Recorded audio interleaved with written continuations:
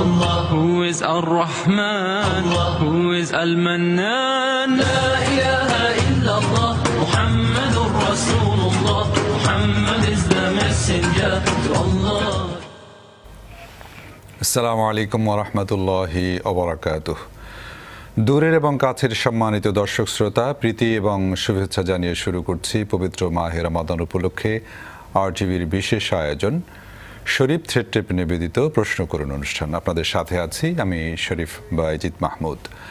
দর্শক, আজও আপনাদের প্রশ্নের জবাব দেবেন আপনাদেরই কাঙ্ক্ষিত ব্যক্তিত্ব প্রখ্যাত আলেমেদিন শাহ ওয়ালিউল্লাহ। আসসালামু আলাইকুম ওয়া রাহমাতুল্লাহি ওয়া বারাকাতুহু। দর্শক শ্রোতা, যারা সরাসরি আমাদেরকে টেলিফোনে প্রশ্ন করতে চান, স্ক্রলে দেখানো নাম্বারে টিভির ভলিউম কমিয়ে প্রশ্ন করতে পারবেন। এছাড়া ইমেল করতে পারেন pk@rtvbd.tv এই আইডিতে। SMS করতে পারেন PK লিখে স্পেস দিয়ে আপনার নাম লিখে প্রশ্ন লিখে পাঠিয়ে দিতে হবে 4141 নাম্বারে। পছন্দের পর্বটি ইউটিউবে দেখার জন্য প্রশ্ন করুন লিখে সার্চ দিলে অনায়াসে দেখতে পাবেন। মোহতারাম, কেমন আছেন? আলহামদুলিল্লাহ। আলহামদুলিল্লাহ। আমরা 16 রমজানে অবস্থান করছি। আসলে দেখতে দেখতেই কেন যেন সময়টা চলে যাচ্ছে। এভাবে একদিন আমরা সবাই হারিয়ে যাব কালের গর্ভে, এটাই তো বাস্তবতা। কলার আছেন, আমরা কথা বলবো আরো। আসসালামু আলাইকুম ওয়া রাহমাতুল্লাহ। আসসালামু আলাইকুম। ওয়ালাইকুম আসসালাম। কে বলছেন বোন, কোথায়? আমি জামালপুর থেকে বলছি, মোনালিসা। আমার 3টি প্রশ্ন। জি। আমি অনেকদিন চেষ্টা করছি আপনাদের সাথে কথা বলার জন্য, কিন্তু পারিনি। আলহামদুলিল্লাহ আজকে পেয়েছেন। ওনার সাথে সরাসরি তো দেখা হবে না। আমি 3টা প্রশ্ন করুন। জি। তখন করি মানে আমার যে তারাবির সম্বন্ধে, আমি 20 রাকাত তারাবি পড়ি, কিন্তু আমি তারাবির যে মুনাজাত আর দোয়াটা সেটা আমি পারি না। আর অন্য যে নামাজের দোয়া বা মুনাজাত দেখি সে তারাবি নামাজ হবে? জি, বুঝতে পেরেছি। আর প্রশ্ন? আর আমার 2 নম্বর প্রশ্ন হচ্ছে যে আমার মেয়ের বয়স একটা 2.5 বছর। আমি যখন নামাজে বসি তখন আমার মেয়ে যায় নামাজে যে আমার সামনে সিজদা দেয়, তো সিজদা দেখে আমার একটু হাসি পায়। তার জন্য কি আমার নামাজ হবে না? আচ্ছা, জি। আরেকটা প্রশ্ন হচ্ছে যে রোজা রমজানের মাসে মানে সমস্ত শয়তান বা মানে যেগুলো জিনিস খারাপ সেগুলো আল্লাহর কাছে বন্দী থাকে। তবে আমি নামাজ পড়ি, তো আপনার নামাজটা তো ঠিক মতো আসে না, আমি তো পড়তে পারি না। কারণ আমাদের 1 মাসের বাবা ভাই মারা গেছে, শুধু আমি যখন দোয়া পড়ি তখনই আমার মায়ের কথা মনে পড়ে। আচ্ছা, আমার সবকিছু শুধু ওটা বলতে হয়, এর জন্য কি আমার খারাপ হবে না? ওকে বোন, ধন্যবাদ। আপনার প্রশ্ন আমরা পেয়েছি, আপনি আমাদের সঙ্গে থাকুন। মোহতারাম, উনি 20 রাকাত নামাজ পড়েন কিন্তু মোনাজাতের প্রসঙ্গ সম্ভবত বললেন। জি। আলহামদুলিল্লাহ ওয়াসসালাতু ওয়াসসালামু আলা রাসূলিল্লাহ ওয়া বাদ। আসলে তারাবিতে আমাদের দেশে স্বাভাবিকভাবে প্রতি 4 রাকাতের পরে সুবহানাজিল মুলকি ওয়াল মালাকুত, সুবহানাজিল ইজ্জাতি ওয়াল আজমাতি ওয়াল হাইবাতি ওয়াল কুদরাতি ওয়াল কিবরিয়াই ওয়াল জাবারুত, এই লম্বা একটি দোয়া পড়া হয়। এবং তারপরে অনেকে আবার আল্লাহুম্মা ইন্না নাসআলুকাল জান্নাতা ওয়া নাউযু বিকা মিনান নার এটাও পড়েন। আবার কেউ আবার 20 রাকাত পড়ে যায় এই দোয়াটা পড়ে। আসলে তারাবির নামাজে 4 রাকাত পড়ে সুবহানাজিল মুলকি অথবা আল্লাহুম্মা ইন্না নাসআলুকাল জান্নাহ এই দোয়া পড়া বাধ্যতামূলক নয়। যদি কেউ না পারে কোনো অপরাধ নাই। আর এই দোয়াটা বিশুদ্ধ হাদিস দ্বারাও প্রমাণিত নয়। তাই নো টেনশন, আপনি আরবি কোরআনের শিখানো যে দোয়াগুলো এই দোয়াগুলো পড়বেন, তাতে অসুবিধা নেই। ওনার 2.5 বছরের বাচ্চা নামাজের সময় সামনে দিয়ে সেজদা করেন, তখন হাসি পায় বললেন। স্বাভাবিক, এই হাসিটা আর এটা হলো তৃপ্তির হাসি, যে ছোট্ট বাচ্চা নামাজ আমিও পড়ছি, আমার আগে পড়ছে, তবে হাসিটা যাতে আওয়াজ না হয়। আপনি হাসি আসলো, বাচ্চা সেজদা দিচ্ছে এই জন্যে, এটা যাতে কন্ট্রোল করে ফেলেন আপনি, আওয়াজ যাতে বের না হয়, কাহকা যাতে না হয়, অট্টহাসি যাতে না হয়। কারণ নামাজে অট্টহাসি হলে নামাজ বরং নয়, অজুটা ভেঙে যায়। তাই অজু ভাঙ্গার কারণে নামাজও ভেঙে যায়। তাই অট্টহাসি যাতে না হয়, আওয়াজ যাতে না হয়, আর এটা স্বাভাবিক দেখতে তখন বরং আলহামদুলিল্লাহ বলবেন, তখন আল্লাহর শুকরিয়া আদায় করবেন যে আমার 2.5 বছরের বাচ্চাই আল্লাহ তোমাকে সেজদা দিচ্ছে, তুমি তার সেজদা কবুল করো। অনেক 25 বছরের বাচ্চাও নামাজ পড়ে না, তো 25 বছরের বাচ্চার চেয়ে 2.5 বছরের বাচ্চার মর্যাদা তো বেশি, যে সেজদা দিচ্ছে, এটা আল্লাহ কবুল করুন, আমিন। সবশেষে উনি একটা আবেগঘন প্রশ্ন করলেন যে শয়তান তো বন্দী করা হয়, তারপরে ওনার ভাই সম্ভবত ইন্তেকাল করেছেন ইত্যাদি। বিষয়টা হলো যে দুইটা প্রসঙ্গ, একটা হলো আপনি আপনার স্বজনকে হারিয়েছেন, ছোট ভাই, ভাই আর বোন, আসলে ভাই এবং বোন রক্তের বাঁধন, এটা কখনো ছিন্ন হয় না। আর বরং ভাই বোনের সম্পর্ক যত দূরে থাকে তত বেশি ভালোবাসায় গাঢ় হয়। আর যখন কেউ না কেউ বিদায় নেয় তখন এটা আরো মানে রক্তের সম্পর্ক তো ছিন্ন হয় না, তাই ভুলা যায় না। হ্যাঁ, আপনার ভাই হারিয়ে গিয়েছে, ওই যে বাইজিৎ ভাই বললেন আমরাও একদিন হয়তো কেউই থাকবো না, পৃথিবী থেকে চলেই যাব, সবাইকেই বিদায় নিতে হবে। তবে হ্যাঁ, যারা এরই মধ্যে বিদায় নিয়েছেন তাদের জন্য আমাদের দায়িত্ব ক্ষমা প্রার্থনা করা। আপনি যেভাবে কেঁদে দিয়েছেন, আল্লাহ তাআলার দরবারে এভাবে কেঁদে চোখের পানি ফেলে দিয়ে ভাইয়ের জন্য দোয়া চান যে আল্লাহ আমার ভাইটা ভুল করলে ক্ষমা করে দাও, ভালো কাজ কবুল করো, আর তোমার জান্নাতি বান্দাদের মাঝে শামিল করো। আমরা এটা যারা জীবিত তারা মৃতদের জন্য করব, আর আমরা মরে গেলে আমাদের জীবিতরাও যাতে পরবর্তী আমাদের জন্য দোয়া করে। আর প্রশ্নে আরেকটা প্রসঙ্গ ছিল যে রমজান মাসে আল্লাহ তাআলা জিন শয়তানকে বন্দী করে রাখেন, তারপরেও কেন এমন অপরাধ, এটা হয়তো আপনি বলতে চাচ্ছিলেন। হ্যাঁ, আসলে জিন শয়তান এবং তার সঙ্গী সাথী যেগুলা দুষ্ট দুরাচারী জিন, এদেরকে আল্লাহ তাআলা ফেরেশতাদের দিয়ে বন্দী করান, কিন্তু মানুষরা তো দুষ্টামি দুরাচারী জিনদের সংস্পর্শে, অনুপ্রেরণায়, উৎসাহে, ওসওয়াসায় করতেই থাকে। এটার উদাহরণ দিতে গিয়ে অনেকে সহজ ভাষায় বলেন যে সাইকেল চালাতে, দ্বিচক্রযান বা সাইকেল চালাতে গিয়ে পা দিয়ে অনেকক্ষণ যখন মানে চেইন ঘোরায়, চাকা ঘুরতে থাকে, কিছুক্ষণ সময় চালক পা দুইটা সমান রেখে দেয়, তো আগের ধাক্কার কারণে অনেকক্ষণ চলতেই থাকে। তো মূলত মানে জিন শয়তানগুলোকে আল্লাহ তাআলা বন্দী করে রেখেছেন, কিন্তু দুপায়া মানুষ শয়তান যারা, মানুষদের মধ্যে শয়তান আল্লাহ নিজেই বলেছেন, তো দুই পায়া শয়তান যারা, এরা ওই আগের সেই ধারাবাহিকতায় চলতেই থাকে, তাই দুষ্টামি দুরাচারিতা অনেক আমরা দেখতে পাই। আল্লাহ তাআলা আমাদের সবাইকে হেদায়েত নসিব করুন। ধন্যবাদ বোন মোনালিসা, আপনার 3টি প্রশ্নের উত্তর দেওয়া হলো, আশা করছি আপনি খুশি হয়েছেন, অনেকদিন পরে পেয়েছেন। দর্শক লাইনে আছেন, আসসালামু আলাইকুম। আসসালামু আলাইকুম হুজুর। ওয়ালাইকুম আসসালাম, কে বলছেন, কোথা থেকে? তিনটা প্রশ্ন। প্রথম প্রশ্ন হচ্ছে যে শয়তানের কুমন্ত্রণা থেকে মানে সবসময় নিজেকে রক্ষা করার জন্য কি দোয়া করতে হবে, আর দ্বিতীয় প্রশ্ন হচ্ছে যে আল্লাহ প্রথম কি সৃষ্টি করছে, আর তৃতীয় প্রশ্ন হচ্ছে আমার মেয়ে হয়েছে তো, মেয়ের নাম নুসরাত ফারিহা ফাইজা, এখন এই নাম্বার কি সঠিক কিনা, হুজুর ওলুল্লাহ হুজুর যদি আমার মেয়ের জন্য একটা ডাক নাম রেখে দিত। আচ্ছা, ধন্যবাদ বোন। আপনার শেষের প্রশ্নে বলছি যে আমরা আসলে নাম নিয়ে কথা বলে অনেক গুরুত্বপূর্ণ বিষয় আমাদের তাহলে মাহরুম হবে দর্শকরা, এই জন্য আমরা নামের প্রসঙ্গে যাব না। মোহতারাম, শয়তানের প্রবঞ্চনা থেকে বাঁচার জন্য কোনো দোয়া আছে নাকি? আল্লাহ তাআলা নিজেই কোরআন আল কারীমে শয়তান থেকে বাঁচার জন্য দোয়া শিখিয়েছেন, পড়তে হবে আউযু বিল্লাহি মিনাশ শাইতানির রাজিম, অথবা আরেকটি দোয়া রয়েছে, আল্লাহ বলছেন وقل رب أعوذ بك من همزات الشياطين وأعوذ بك ربي أن يحضرون। কোরআনের আয়াত, এটা কোরআনের, দুইটাই কোরআনের আয়াত। আউযু বিল্লাহি মিনাশ শাইতানির রাজিম কোরআনে কারীমের আয়াত, আর রব্বি আউযু বিকা মিন হামাযাতিশ শায়াতিন ওয়া আউযু বিকা রব্বি আন ইয়াহদুরুন, এটাও কোরআনে কারীমের আয়াত। এই দুইটি আয়াত পড়ে ওয়াসওয়াসা থেকে আশ্রয় চাওয়া, শুধু তাই না, সূরাতুল ফালাক এবং নাস পড়া, আল্লাহ তাআলার কাছে আশ্রয় চাওয়া, তাইলে আল্লাহ তাআলা শয়তান থেকে রক্ষা করবেন। আর বিশেষ করে শয়তান থেকে রক্ষা পাওয়ার সর্বশ্রেষ্ঠ রক্ষা কবচ হলো জ্ঞান অর্জন করা। কোরআন এবং হাদিসের যথার্থ জ্ঞান অর্জন করলে শয়তান পালায়া যায়। এবং এই জন্য বিখ্যাত একটা গল্প রয়েছে, বিখ্যাত গল্প হলো যে একজন আলেম ঘুমন্ত এবং তার পাশে একজন সাধারণ আবেদ নামাজ পড়ছে।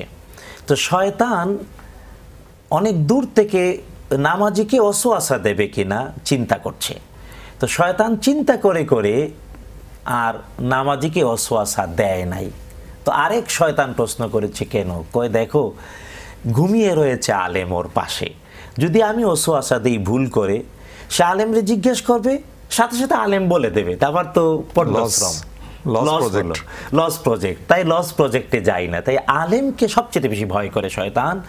আলেমের ঘুম একজন আলেম যিনি, তার ইবাদতের চেয়েও শ্রেষ্ঠ। এটা বিখ্যাত প্রবাদ, আরবি প্রবাদ। এটা কিন্তু কেউ কেউ এটা হাদিস হিসাবে চালাচ্ছে, নাউমুল আলেমে খায়রুম মিন ইবাদাতিল জাহিলে, এরকম বলে। যাই হোক, তো আসলে এলম হলো সবচেয়ে বড় সম্পদ। এলম দিয়ে, জ্ঞান দিয়েই শয়তান থেকে রক্ষা করা যায়। এই জন্য আল্লাহ জ্ঞান অর্জন ফরজ করেছেন। তবে হ্যাঁ, এই দোয়াগুলোর দ্বারাও রক্ষা করা যাবে। আর দ্বিতীয় বিষয় হলো, আল্লাহ তাআলা প্রথম সৃষ্টি করেছেন কলম।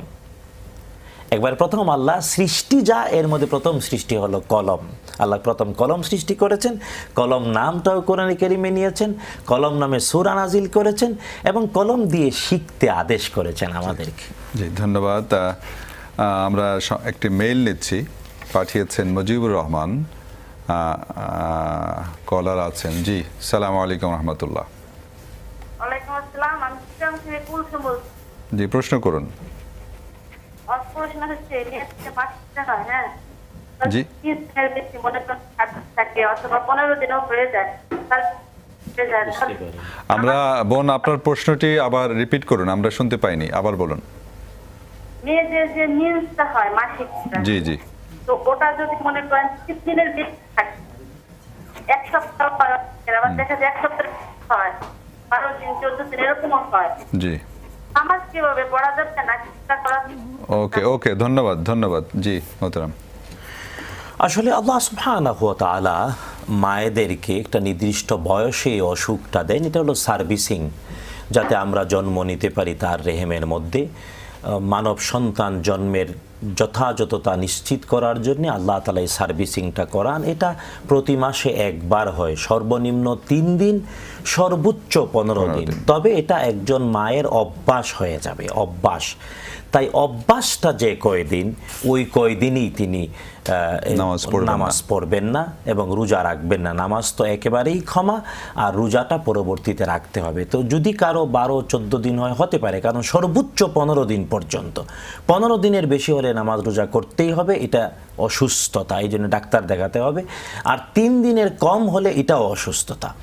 তাই 12, 13, 14 দিন হতেই পারে। তবে অনুরোধ আমাদের যে একজন মা তার অভ্যাসটা কতদিনে এটা নিশ্চিত হবেন। জি, ধন্যবাদ। কলার, জি, সালাম আলাইকুম রহমতুল্লাহ। ওয়ালাইকুম আসসালাম। জি, কে বলছেন ভাইয়া, কোত্থেকে? আমি শেখপুর থেকে বলছিলাম, তৌহিদুল ইসলাম। জি, তো যে না, মহিলাদের পুরুষের নামাজ কি, এবং এই মহিলাদের সিজদার ক্ষেত্রে একটু বলবেন পুরোপুরি ভাবে। পেয়েছেন প্রশ্ন? জি, ধন্যবাদ।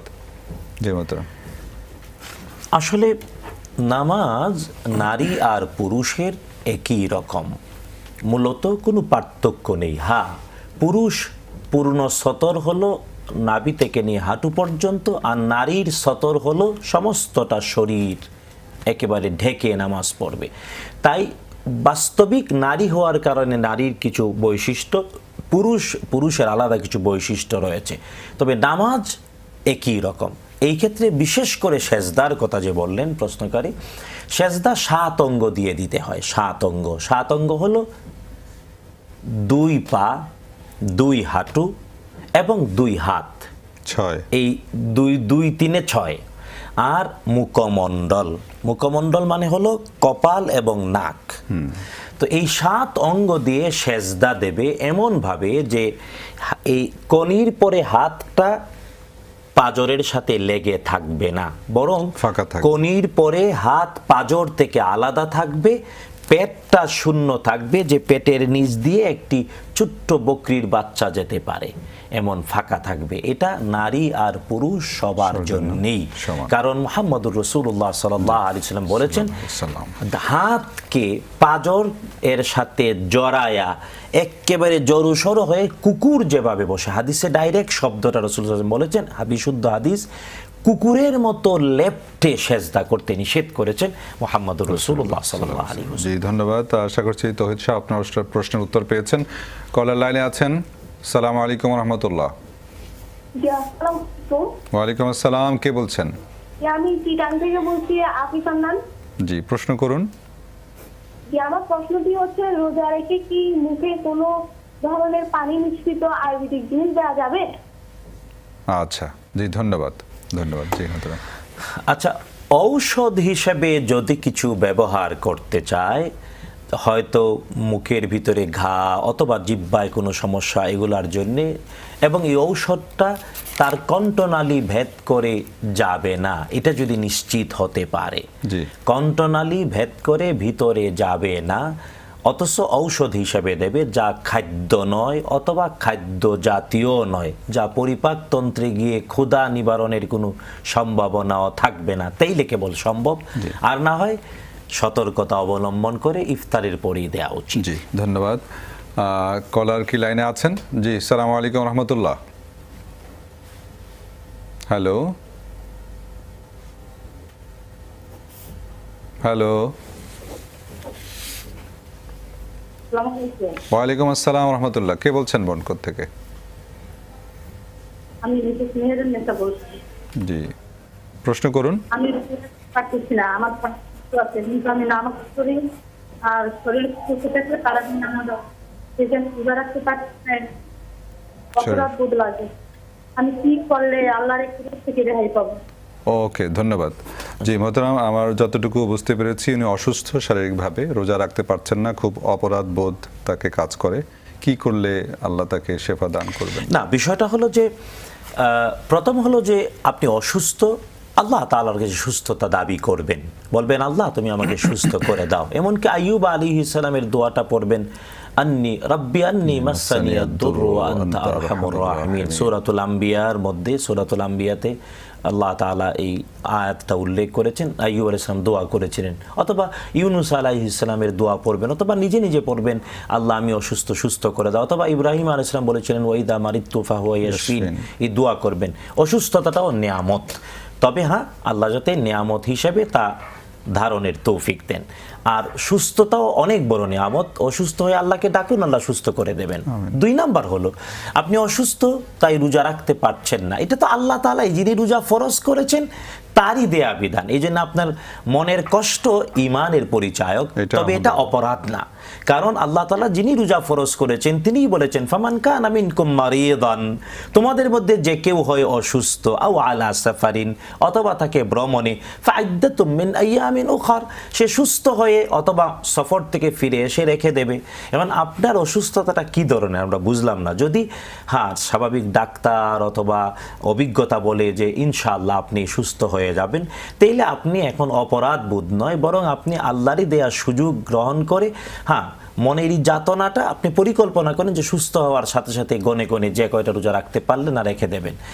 আর যদি অসুস্থতাটা এতটাই প্রলম্বিত হয় যে স্বাভাবিকভাবে বেঁচে থাকা অবস্থায় আর রোজা রাখার মতো সুস্থ হওয়ার সম্ভাবনা নাই, তাইলেও আল্লাহ তাআলা সুযোগ নিজেই আদেশ করে বলেছেন ফাফিদিয়াতুম মিন তাআম, তাইলে খাদ্য দিয়ে ফিদিয়া দিয়ে দাও। অর্থাৎ একটি রোজার জন্য 2.5 বেলার খাবার, অথবা খাবারের টাকা আপনার লিভিং স্ট্যান্ডার্ড অনুযায়ী খাবারের টাকাটাও মিসকিনকে দিয়ে দিলে হয়ে যাবে। তবে হ্যাঁ আপনার বেদনা, আবারও বলছি, ইবাদত করতে না পারাটা, এই যে যাতনাবোধ, এটা ঈমানের পরিচয়। আল্লাহ তাআলা ঈমান আমাদের সকলের পরিপূর্ণ করে দিন, আমিন। ধন্যবাদ মোহতারাম। অনুষ্ঠানের পর্যায়ে আমাদের একটা বিরতিতে যেতে হচ্ছে। দর্শক শ্রোতা, আপনারা দেখছেন শরীফ থ্রেড টেপ নিবেদিত আপনাদের প্রিয় অনুষ্ঠান প্রশ্ন করুন। অনুষ্ঠানের পর্যায়ে নিচ্ছি ছোট্ট একটি বিজ্ঞাপন বিরতি, ফিরবো ইনশাআল্লাহ কিছুক্ষণের মধ্যেই। Allah, who is Ar-Rahman, who is Al-Mannan, La ilaha illallah, Muhammadur Rasulullah, Muhammad is the messenger to Allah. আসসালামু আলাইকুম রহমতুল্লাহ। দর্শক, বিরতির পর ফিরে এলাম শরীফ থ্রেড টেপ নিবেদিত আপনাদের প্রিয় অনুষ্ঠান প্রশ্ন করুন। কলার লাইনে আছেন, পরিচয় দিয়ে প্রশ্ন করুন। জি হ্যালো, আসসালামু আলাইকুম। ওয়ালাইকুম আসসালাম রহমতুল্লাহ। কে বলছেন বোন? আমি বরিশাল থেকে বলছি।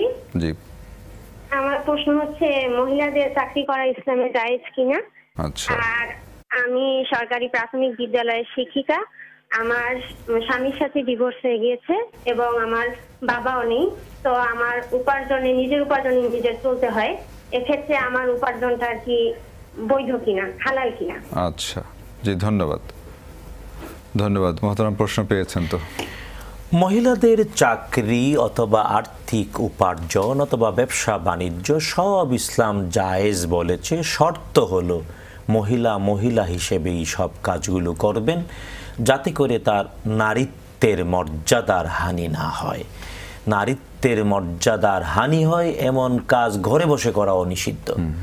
আর বাহিরে গেল, চাকরি বাকরি করলো, কিন্তু নারী তার নারীত্বকে সংরক্ষণ করলো, চরিত্র সংরক্ষণ করলো, নিজের মর্যাদা অক্ষুণ্ণ রাখলো, তাহলে অবশ্যই রাসূল সাল্লাল্লাহু আলাইহি ওয়াসাল্লামের স্ত্রী আমাদের মা খাদিজা রাদিয়াল্লাহু তাআলা, তিনি অনেক বড় ব্যবসায়ী ছিলেন। এবং নারীরা সম্পদের অধিকারী হতে পারে, নিজেরা উপার্জন করতে পারে, নিজেরা চাকরি করতে পারে, কাজ করতে পারে। এমনকি নারী মানে নার্সের কাজ তো রাসূল সাল্লাল্লাহু আলাইহি ওয়াসাল্লাম আমাদের উম্মুল মুমিনিনদেরকে দিয়ে করিয়েছেন। শিক্ষকতা উম্মুল মুমিনিন আয়েশা রাদিয়াল্লাহু তাআলা তিনি কম করেও 10,000 পুরুষ সাহাবীর শিক্ষক ছিলেন। তাই শিক্ষকতা নারীর জন্য জায়েজ। সুতরাং উনি যেটা করছেন, হ্যাঁ, সুতরাং মহিলাদের চাকরি জায়েজ, শর্তটা হলো পর্দা রক্ষা করবে, নারীত্বের সম্মান রক্ষা করবে। আর আপনি প্রাইমারি স্কুলের শিক্ষিকা, এটাও ভালো, আলহামদুলিল্লাহ, ভালো কাজ। আর বেদনা লাগলো, অবলম্বন নাই, মানে স্বামী নাই, এটা বেদনা, এটা কষ্ট লাগলো যে আমাদের এক মা বলল যে সে শিক্ষিকা প্রাইমারি স্কুল, তার স্বামীর সাথে ডিভোর্স হয়ে গিয়েছে, তার বাবাও বেঁচে নাই। তো আসলে এটা আমাদের বেদনা, আমরা এই সমবেদনা প্রকাশ করছি। তবে অবশ্যই ভাই বেরাদার, স্বজন আপনজন যারা আছে, পরিবার পরিজন যারা আত্মীয়, রক্তের সম্পর্কে আত্মীয়, তাদেরকে নিয়ে সুন্দর করে জীবন যাপন করবেন। অবশ্যই বৈধ হবে তার চাকরি, যেটা আপনার চাকরিটা বৈধ হবে ইনশাআল্লাহ। আল্লাহ তাআলা হেফাজত করুন। ধন্যবাদ। কলার লাইনে আছেন। আসসালামু আলাইকুম ওয়া রাহমাতুল্লাহ। ওয়া আলাইকুম আসসালাম, আমি খাদিজা সাভার থেকে বলছি। জি, প্রশ্ন করুন।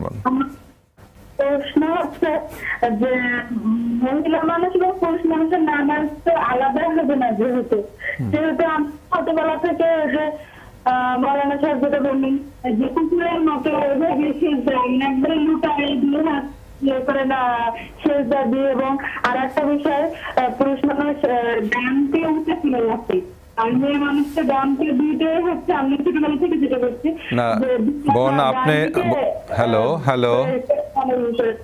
আপনি শেষের দিকে যে প্রসঙ্গটা বললেন, প্রথম দিকে বুঝতে পেরেছি, কিন্তু শেষের দিকে যেটা বললেন এটা আবার রিপিট করেন তো বোন, বুঝতে পারিনি আমরা। পুরুষ মানুষ যেটা করে যে ডান পা উঁচা করে রাখে, ডান পা একটু খাড়া করে রাখে, কিন্তু আমরা তো মেয়ে মানুষ সেটা দুই পাই হচ্ছে ভাঁজ করে সুন্দর করে মানে ইসের সঙ্গে মাটির সঙ্গে থাকে আর কি।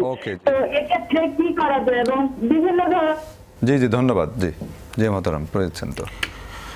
প্রশ্নের প্রথম অংশটা হলো নামাজে যে আপনি বললেন যেটা কুকুরের মতো বিছিয়ে যে বসাটা, এটা করা যাবে না, এটা বুঝলেন, কিন্তু ওই যে ডান পা উঁচিয়ে রেখে পুরুষদের মতো, আসলে ওই দুই সেজদার মাঝখানে বসা, অথবা 4 রাকাত নামাজের প্রথম বৈঠকে, অথবা 3 রাকাত নামাজের প্রথম এবং শেষ বৈঠকে, এই যে বসার ব্যাপারটা, একটা হলো ইফতেরাশ আর একটা হলো তাওয়াররুক, হাদিসের পরিভাষায় আর কি। সহজ বাংলায় বললে একটা বসা হলো যে আপনি বাম পাটা বিছিয়ে দিয়ে ডান পা খাড়া করে দিয়ে বসবেন, আর আরেকটা হলো দুইটা পাকে বিছিয়ে, মানে বিশেষ করে বাম পাটা ডান পায়ের ভিতর দিয়ে বিছিয়ে দিয়ে নিতম্বটা জমিনে পড়বে, আর ডান পা খাড়া থাকবে। দুই পাই বিছিয়ে দেবে এমনটা বিশুদ্ধ নয়, নারী পুরুষ কারো জন্যই না।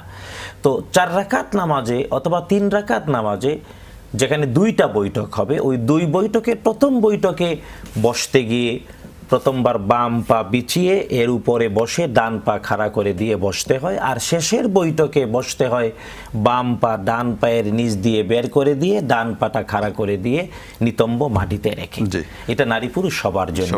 তবে হ্যাঁ, যদি প্রথমবার যেভাবে বললাম এইভাবেও প্রথম বৈঠকে শেষ বৈঠকে বসে, তাহলেও বৈধ, একইভাবে বসলেও বৈধ, নামাজের ক্ষতি হবে না। তবে সুন্নাহর অনুসরণে 2 ভাবে করা উচিত। ধন্যবাদ। আশা করছি বোন আপনার আনসার পেয়েছেন। ছিল কি না একটাই? না, একটাই প্রশ্ন ছিল, এটাই ঘুরিয়ে ঘুরিয়ে। কলার লাইনে আছেন। আসসালামু আলাইকুম। জি, কে বলছেন? হ্যালো। জি, আসসালামু আলাইকুম। ওয়া আলাইকুম আসসালাম, কে বলছেন? আমি একটা প্রশ্ন করতে চাই। আমার মেয়ে না অনেক লাইফ, অনেক বয়স হয়েছে, বুঝছেন, বিয়ে শাদী হয় না। তো এখন আমি কি তৌকির করলে আমার মেয়েটা বিয়ে শাদী ভাঙ্গা যায়, আসে বিয়ে ভাঙ্গা যায়, হয় না, কিন্তু আসে না এরকম। আচ্ছা, জি, অনেক বয়স হয়েছে, এখন আমি কি করব? জি জি, ধন্যবাদ। যে মহতারাম পেয়েছেন, কন্যাদায়গ্রস্ত মা, বিয়ে আসে ভেঙে যায়, কি আমল করতে পারেন? আসলে প্রথম হলো আল্লাহ সুবহানাহু ওয়া তাআলার কাছে দোয়া করা।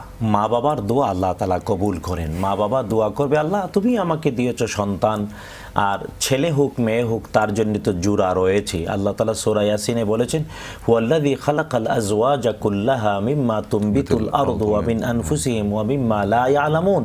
তিনি সে মহান সত্তা যিনি সব কিছুকে জোড়ায় জোড়ায় সৃষ্টি করেছেন, এমনকি জমিন থেকে যা অঙ্কুর উদ্গমিত হয় এবং তোমরা নিজেরা আর তোমরা যা জানো না সব কিছু।